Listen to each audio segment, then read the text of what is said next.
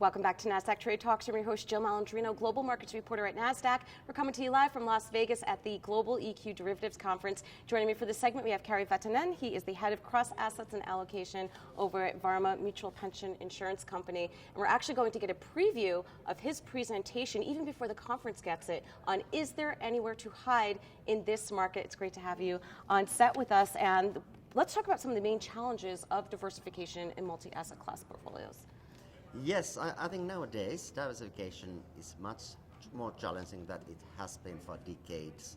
And I think that the one major reason for that is the really expansive central bank policy. And we think the traditional diversification between equity and bond portfolios, I think that there's another lot of left in that diversification due to the fact that rates are at a quite low level. And especially in Europe, German rates are even negative. They are not possible for investors to go in a long allocation. That means that all the investors, they are basically hunting for yield and entering to the asset classes that have a credit exposure or exposure to emerging markets, which means that if something starts to happen in the markets, in the equity markets, those asset classes are highly correlated in a tail. Basically, there's really hard to find places where you can diversify the drawdowns in equity risk nowadays. Are you seeing growth in alternative investments and private asset class introductions into portfolios?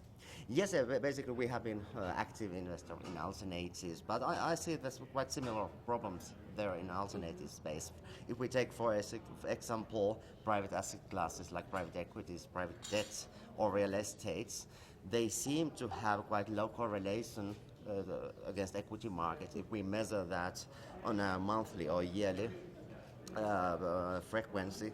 But still, even if the return streams are quite uncorrelated in normal conditions, if something starts to happen, like in global financial crisis, those asset classes are highly correlated to any risky assets like equities or liquid credit. Well, I mean, liquidity is also a concern with private asset classes as well. Once the market, if something were to happen in the market like we saw during the financial crisis, it's really hard to get the money returned back to you. Yeah, indeed. Yeah. And that causes the risk and the high correlation between those asset classes. Now, how about alternative risk premia? Can that add to some diversification? Yes, it's quite commonly thought that with alternative risk premium strategies, you can add a lot for diversification. And there are a lot of presentations of that the correlations between alternative risk premium strategies are quite low. Also, correlations to against equities or bond markets are quite low for alternative risk premium strategies. That's true if we are measuring the whole sample correlations. But if we again start to study what happens in the tails when equity markets are suffering or in the tails when bond markets are suffering, we can find out that most of the ARP strategies are either tail correlated to equities or tail correlated to bond markets. Right. Meaning that if both equities and bonds suffer at the same time, it's really hard to find strategies that really diversify your portfolio. And that's what you're going to talk about at your presentation later this afternoon. Is there anywhere to hide?